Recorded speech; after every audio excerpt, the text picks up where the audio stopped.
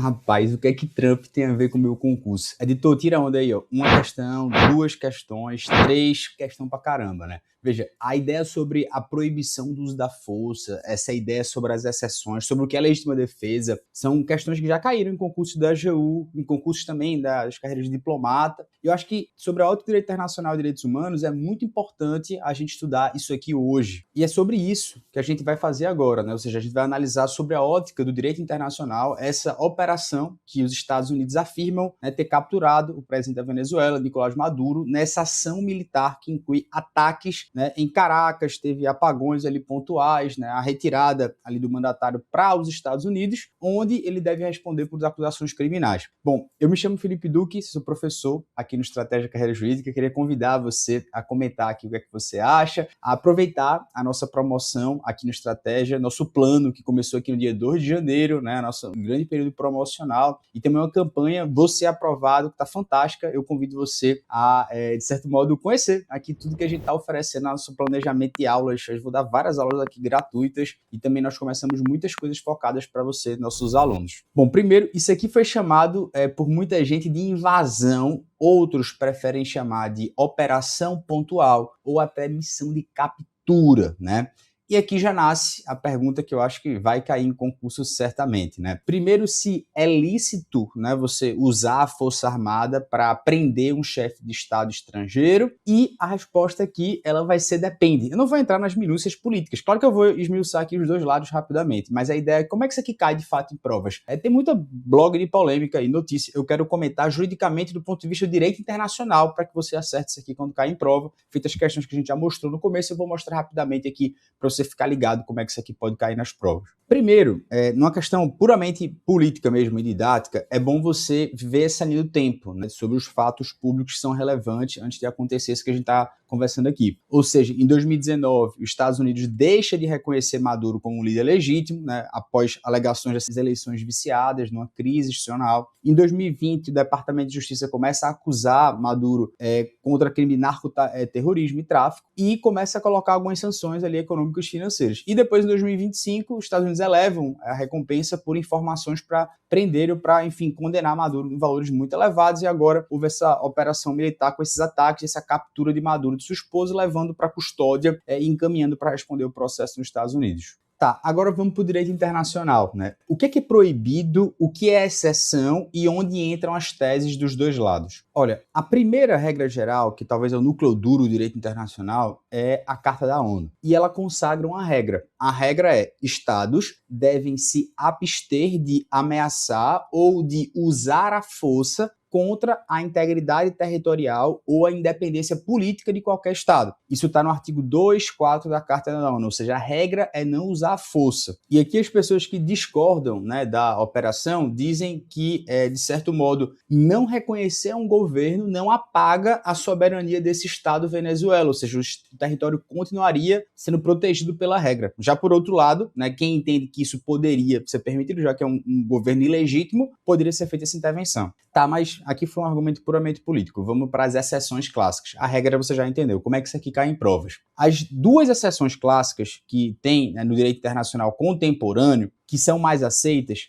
são, primeiro, uma autorização do Conselho de Segurança, ou seja, quando o Conselho de Segurança da ONU ela autoriza medidas coercitivas, e segundo, quando há legítima defesa, que está no artigo 51. E esse artigo 51 cai muito em provas. O que é esse conceito de legítima defesa? Que é quando ocorre geralmente um ataque armado, permitindo uma resposta defensiva, proporcional e necessária, com comunicação ao Conselho. Então, em resumo, a primeira exceção ela é a legítima defesa, né, que é prevista no artigo 51. Ela permite o uso da força no ataque armado até que o Conselho de Segurança tome as medidas necessárias. E segundo é a autorização expressa desse Conselho de Segurança nos termos lá do capítulo 7 da Carta, nos artigos 39 e 42, para casos que ameacem a paz, que sejam rupturas de paz ou seja, ato de agressão. Há ainda uma terceira hipótese reconhecida pelo direito internacional geral, que não está expressa na carta, tá? Que fala sobre o consentimento do Estado territorial. Agora vamos falar rapidamente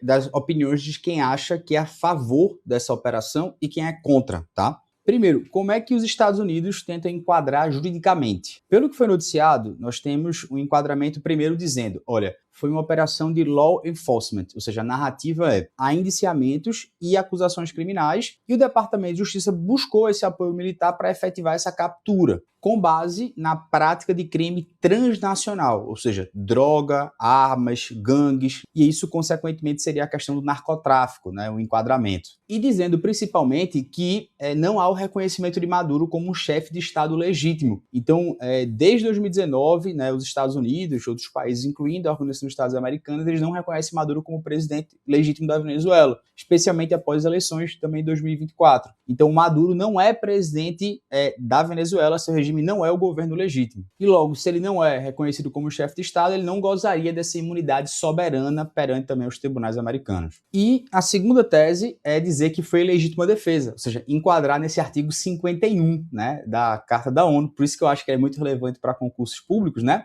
Mas, segundo as reportagens, os Estados Unidos eles alegaram que em momentos anteriores da escalada, que essas medidas seriam consistentes com o artigo 51. Ou seja, é como se ele quisesse enquadrar que os atos do governo da Venezuela seriam atos de ameaça ou atos de ataques ou graves violências a crimes, enfim, contra os nacionais, contra os próprios americanos ou contra os seus interesses vitais, ou seja, afirma que isso seria necessário, seria proporcional, e dizer que o Estado da Venezuela, né, na questão para se enquadrar como legítima defesa, ele seria incapaz ou ele não quer reprimir a ameaça, né? Então é uma tese da Unable ou Unailing, ou seja, uma tese debatida muito da doutrina, dizendo que ele realmente não tem como combater ele de Nicolás Maduro. Agora aqui eu vou abrir um parênteses, né, para provas mesmo, porque o padrão tradicional, vamos dizer assim, das provas de concurso, até teve um caso, Nicarágua e Estados Unidos, que foi de 1986, que ficou meio que decidido que legítima defesa seria uma resposta a um ataque armado, tá?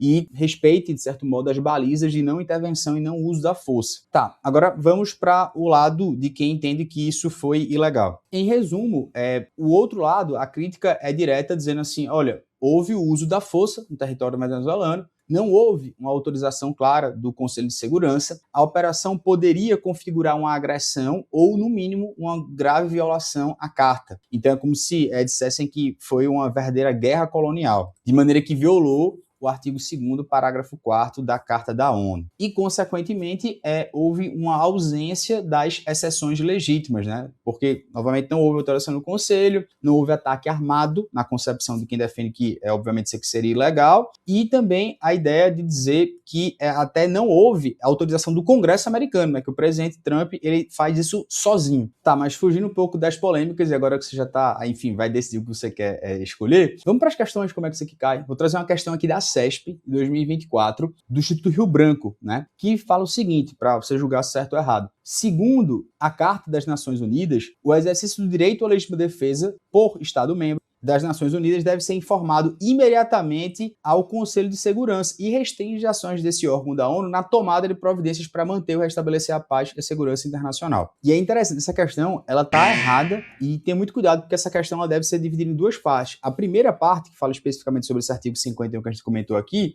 ele fala que os Estados-membros têm o direito inerente da legítima defesa individual coletiva no caso de um ataque armado contra eles. Isso vai ser imediatamente comunicado ao Conselho de Segurança. Até aqui, a primeira parte alternativa está correta. Contudo, a segunda parte, que está equivocada, ao afirmar que o exercício desse direito restringe as ações do Conselho de Segurança na tomada de providências para manter ou restabelecer a paz e segurança internacionais. Não, pelo contrário. O artigo 51 estabelece que o exercício do direito de defesa não afeta de forma alguma a autoridade e a responsabilidade do Conselho de Segurança em agir a qualquer momento depois para restabelecer a paz e a segurança internacional. E aqui eu vou trazer outra questão sobre a questão da AGU de 2015, né, que fala assim, ó, pela CESP, como é vedado do uso da força nas relações internacionais, os estados não podem executar atos beligerantes com aval do direito internacional, ressalvada a hipótese de legítima defesa em caso de agressão externa. Então, os artigos muito importantes no direito internacional, não tenho dúvidas que isso aqui vai estar em provas objetiva, discursiva e também, enfim, né, na tua prova também, como demonstrei aqui. Um grande abraço, fica com Deus, aprende isso aqui, de alguma maneira isso vai ser bem importante e depois a gente atualiza aí qual a versão, depois eu quero saber qual a versão que você concorda também. Um grande abraço e vamos lá.